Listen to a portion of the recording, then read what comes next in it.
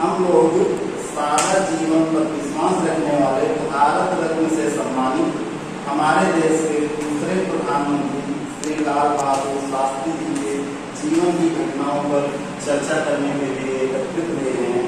हमारे चर्चा के पहले प्रतिभागी हैं कक्षा 12 के छात्र आजाद अंसारी।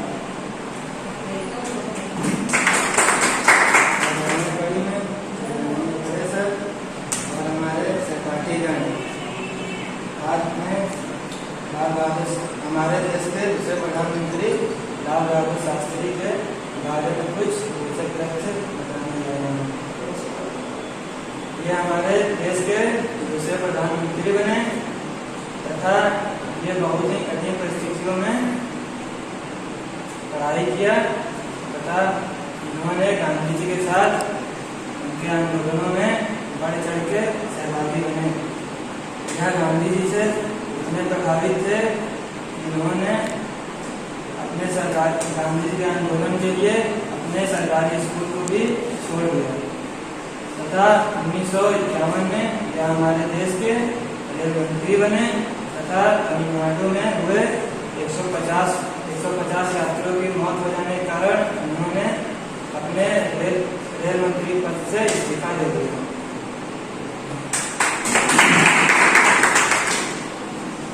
अभिषेक यादव। हम लोग लाल बहादुर शास्त्री के बारे में बताने जा रहे हैं। वह सर्वेंट ऑफ सोसाइटी के सर्वेंट ऑफ पीपल सोसाइटी के आजीवन सदस्य थे। यह सोसाइटी लाला लाजपत राय द्वारा देश और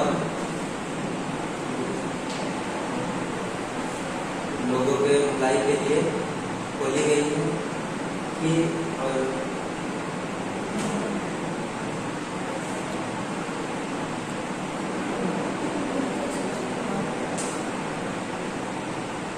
इनके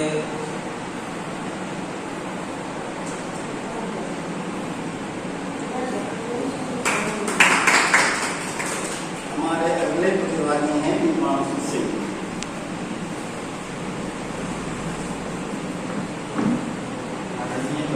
आदरणीय बड़े सर और हमारे समस्त प्रतिभागी, हम लाल बहादुर शास्त्री को कुछ तथ्य बताना चाहते हैं। लाल बहादुर शास्त्री जी गांधीवादी नेता थे तथा उनके विचारों पर चलने वाले व्यक्ति थे। लाल बहादुर शास्त्री जी ने गांधी जी के साथ कई आंदोलनों में बढ़ चढ़कर हिस्सा लिया।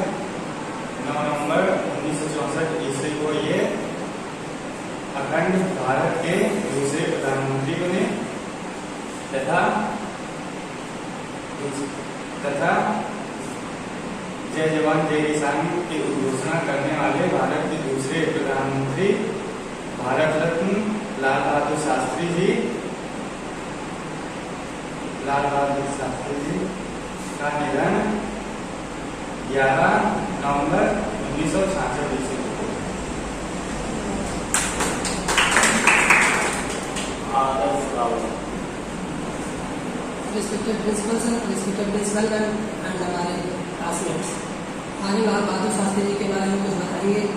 भारत के इस महान सपूत का जन्म 2 अक्टूबर 1904 ईस्वी में उत्तर प्रदेश के मुगलसराय में हुआ था। जब ये केवल 1.5 वर्ष के थे तभी इनके पिता का देहांत हो गया था तथा जब ये अपने घर में सबसे छोटे होने के नाते इन्हें प्यार से नन्हे कह के बुलाया जाता था। गांधी जी के देशवासियों के आह्वान को सुनकर इन्होंने अपनी पढ़ाई छोड़ दी और एक भारत की आज़ादी के लड़ाई में आंदोलन में शामिल हो गए और देश की आज़ादी में इन्होंने विशेष सहयोग दिया। स्वतंत्रता संग्राम के जिन आंदोलनों में इन्होंने विशेष सहयोग दिया उसमें सन 1921 का असहयोग आंदोलन, सन 1930 ईस्वी का दांडी मार्च और सन 1942 ईस्वी का भारत छोड़ो आंदोलन उल्लेखनीय है। धन्यवाद। हमारे प्रतिभागी हैं लक्ष्मण यादव। आदरणीय प्रधानाचार्य, आदरणीय बड़ी में लाल बहादुर शास्त्री जी भारत के दूसरे प्रधानमंत्री रहे। उन्होंने सन 1965 ईस्वी में भारत और पाकिस्तान के युद्ध के दौरान जय जवान जय किसान के नारे भी लगाए और नेहरू जी के साथ में गृह मंत्री के रूप में भी कार्य किया और 1951 ईस्वी में रेल मंत्री का कार्यकाल भी संभाला। लाल बहादुर शास्त्री जी के मैं 2 लाइनें तो बोलना चाहूँगा। जो है भारत के सच्चे लाल, भारत रत्न है उनका विमान, आज मनाए उनकी जयंती, दिलाया जिन्होंने। लाल बहादुर शास्त्री जी को हम सादगी और उच्च विचार के लिए पहचानते हैं।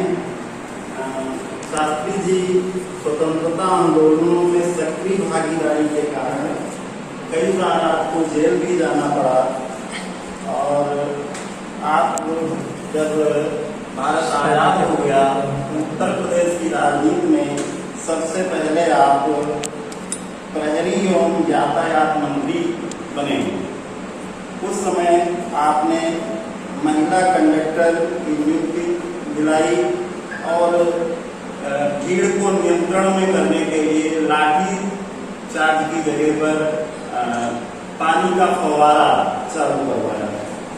जब आप केंद्रीय राजनीति में स्थापित हुए 1963 में कांग्रेस संसदीय बोर्ड की ओर से प्रधानमंत्री पद के लिए निर्वाचित किए गए।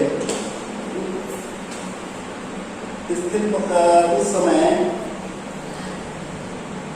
देश की स्थिति बहुत ही दयनीय थी। देश खाद्यान्न की पूर्ति नहीं हो पा रही थी।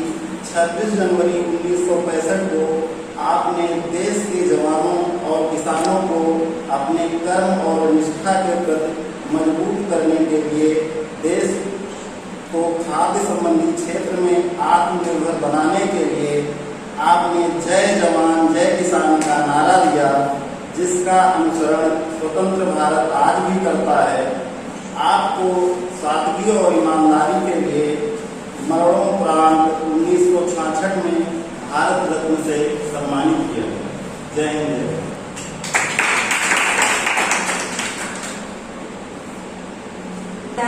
से विजयपाल यादव जी और हमारे प्रिय स्टूडेंट्स, आप सभी हम श्री लाल बहादुर जी की जयंती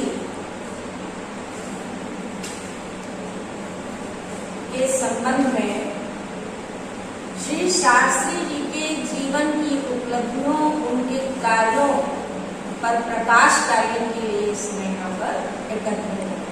आप सभी के सामने हमारे विद्यालय के कक्षा 12 के बच्चों ने अपनी अपनी क्षमता और अपने अपने ज्ञान के अनुसार शास्त्री जी के जीवन विषय पर प्रकाश डालने का पूरा प्रयास किया। इसके लिए आप सभी बधाई के पात्र हैं। प्यारे बच्चों, जैसे कि आप जानते हैं कि हमारा देश 15 अगस्त 1947 को आजाद हुआ और हमारे स्वतंत्र भारत के प्रथम प्रधानमंत्री बने पंडित जवाहरलाल नेहरू और उनके बाद प्रधानमंत्री का पद ग्रहण करने वाले थे हमारे श्री लाल बहादुर शास्त्री। तो उनके जन्म के विषय में हमारे बच्चों ने अभी आपको बता रखा है। बहुत ज्यादा उस पर चर्चा करने की आवश्यकता हमें यहाँ पर नहीं समझते हैं, लेकिन आपको उनके जीवन की छोटी छोटी कई घटनाओं पर हम बताना चाहेंगे।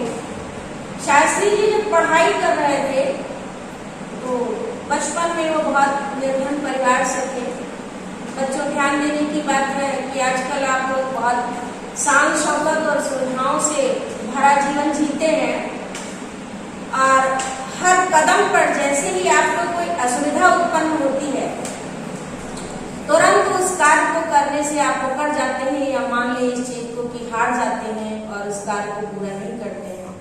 पर इन सब का अपवाद थे हमारे गांव शास्त्री जी को जब अपने विद्यालय पहुंचना होता था तो उनको नदी पार करना पड़ता था और उन दिनों उनके पास नदी पार करने के लिए नाविक को देने के लिए उतराई के पैसे नहीं होते और वो तैर कर नदी पार किया करते थे, तब वो अपने विद्यालय पहुंचते थे।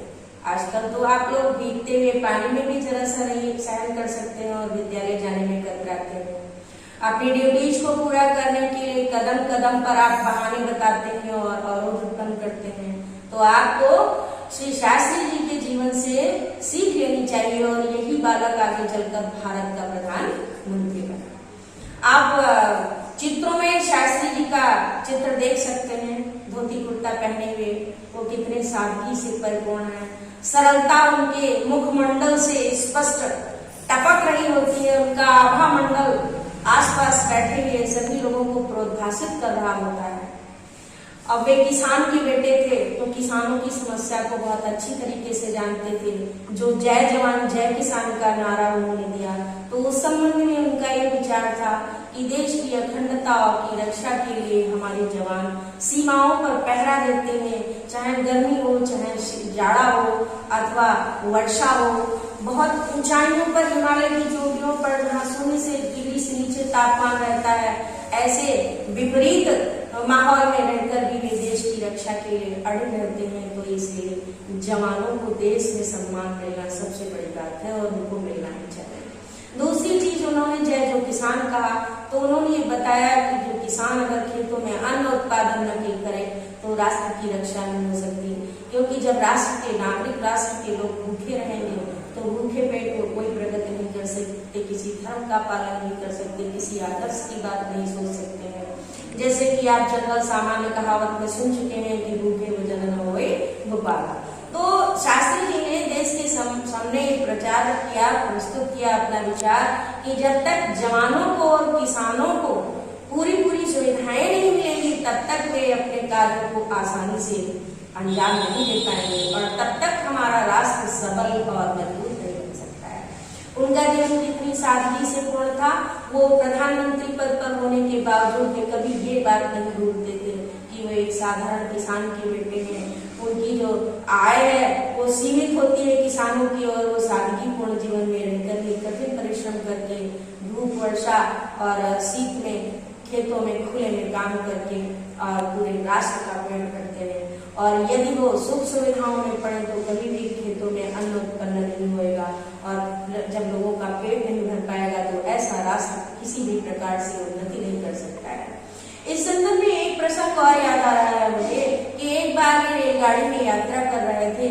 श्री शास्त्री जी एक तृतीय श्रेणी के डिब्बे में बैठे हुए थे, जबकि उनकी अन्य फैमिली प्रथम श्रेणी के डिब्बे में बैठी हुई यात्रा कर रही थी। इस पर पत्रकारों ने जब उनसे पूछा कि आप देश के प्रधानमंत्री हैं, आपकी फैमिली प्रथम श्रेणी के डिब्बे में यात्रा कर रही है और आप इस जनरल कोच में बैठे हुए हैं, तो उन्होंने अपनी चिर परिचित सदाबहार मुस्कान के साथ उत्तर दिया कि जो मेरी फैमिली, मेरे बच्चे, मेरे बेटे जो प्रथम श्रेणी के कोच में यात्रा कर रहे हैं वो देश के प्रधानमंत्री के बेटे हैं, और जो मैं इस तृतीय श्रेणी के डिब्बे में बैठा हुआ यात्रा कर रहा हूँ तो मैं किसान का बेटा हूँ, और मैं अपनी इस बात को कभी भूलना नहीं चाहता। तो ऐसे थे हमारे आदर्श श्री लाल बहादुर शास्त्री जी। बच्चों को गौर करने की बात यह है कि समय समय पर विद्यालय जैसी संस्थाओं में जो कार्यक्रम आयोजित किए जाते हैं उनमें बच्चों को अपने पूर्वजों की, अपने महापुरुषों की, देश प्रेमियों की, क्रांतिकारियों की, शहीदों की, सम्मान्य व्यक्तियों की, गुरुजनों की इन कथाओं को, उनके जीवन की घटनाओं को बच्चों के सामने इसलिए रखा जाता है ताकि बच्चे उनके आदर्शों से प्रेरित हो सकें और अपने जीवन में उन आदर्शों को शामिल करके अपने जीवन को सुगम, सरल और उच्च आदर्शों से भर करके अपने को उच्च सर्वोच्च मानव बनने के स्थान पर ले जा सके जिसकी आदिम युग से आज तक मांग रही है और रहेगी। बच्चों, ये बात बिल्कुल सत्य है कि हम अपनी सुविधाओं को जितना ज्यादा कम रखेंगे, अपनी जरूरतों को जितना ज्यादा कम रखेंगे, उतना ही हमें आगे अपनी समाज और देश की उन्नति के विषय में सोचने विचारने का मौका मिलेगा और कुछ करने का मौका मिलेगा। तभी हम अपने परिवार को, समाज को और देश को विश्व पटल पर सर्वोच्च स्थान दिलाने में सक्षम हो सकेंगे और अपने वेदों और पुराणों की मान्यताओं के अनुसार हम तभी तक हमारी यही धर्म सेवा होगी, यही हमारी धर्म सेवा होगी और हम सच्चे अर्थों में मानव होंगे। क्योंकि संसार में बहुत सारे जीव जंतु होते हैं लेकिन सबकी कैपेसिटी कुछ दूसरों के लिए करने के लिए नहीं होती है। मानव जो होता है वो सिर्फ समाज सेवा और अपने परिवार की सेवा, लोगों की सेवा के लिए ही बना होता है, लेकिन उसको अपने आदर्श जीवन के लिए कुछ आदर्शों को अपना मूल्य बनाना चाहिए। उन्हीं आदर्शों के पद सीढ़ी पर चढ़कर उन्हें सर्वोच्च आदर्श की ओर पहुंचकर अपना नाम रोशन करना चाहिए। बच्चों, आजकल जब हमारे समाज में नैतिक मूल्य बहुत गिर गए हैं, लोग लूट खसोट में लगे हुए हैं, किसी का कोई आदर्श नहीं रह गया, किसी का कोई मूल्य नहीं रह गया। आदर्श और मूल्य हमारे बच्चे, हमारे लोग, हमारे समाज के व्यक्ति, उसमें चाहे अधिकारी हो, चाहे मंत्री हो, या सिविल सर्विसेज में बैठे हुए लोग हो, या हमारे जो है विधानमंडल और संसद के लोगों में बैठे हुए व्यक्ति हो, सब ने इन मूल्यों को अपनी जेब में डाल रखा है। वो बाहर निकाल करके उनको न देखना चाहते हैं, न सुनना चाहते हैं, और न इस संबंध में सोचना चाहते हैं। इसीलिए आज हमारा देश भारत जो है, जिसकी प्राचीन काल से जो समाज में ये आदर्श रहा है कि हम लोग नैतिक मूल्यों की स्थापना करते हैं, उनको बहुत महत्व देते हैं, लेकिन समाज में गिरते मूल्यों और आदर्शों के कारण आज हम आगे चाहे जितनी वैज्ञानिक उन्नति कर लें, चाहे जितना हम समृद्धि कर लें, पर नैतिक मूल्यों में हमारा नित्य प्रतिदिन पतन होता जा रहा है, क्षरण होता जा रहा है। आप समाज की मूल इकाई परिवार से ले लीजिए, जहाँ पर माता पिता अपने बच्चों की, अपने बच्चे जो है अपने माता पिता की भावनाओं की कदर नहीं करते, उनका सम्मान नहीं करते, बड़े हो जाने पर और माता पिता के वृद्ध और असहाय हो जाने पर उनके गुणों को, उनकी आवश्यकताओं को नहीं समझते हैं, फिर विवाहावस्था में आकर, अपने मद में आकर, घमंड में आकर उनकी तरफ ध्यान नहीं देते हैं। बहुत सा कारण ऐसा ही है कि इसी वजह से आज हमारे वृद्धावस्था प्राप्त माता पिता को वृद्धाश्रमों में रहना पड़ता है। बच्चे जो है घरों से निकाल देते हैं, जो गलियों में भीख मांगने के लिए माता पिता उनके मजबूर होते हैं।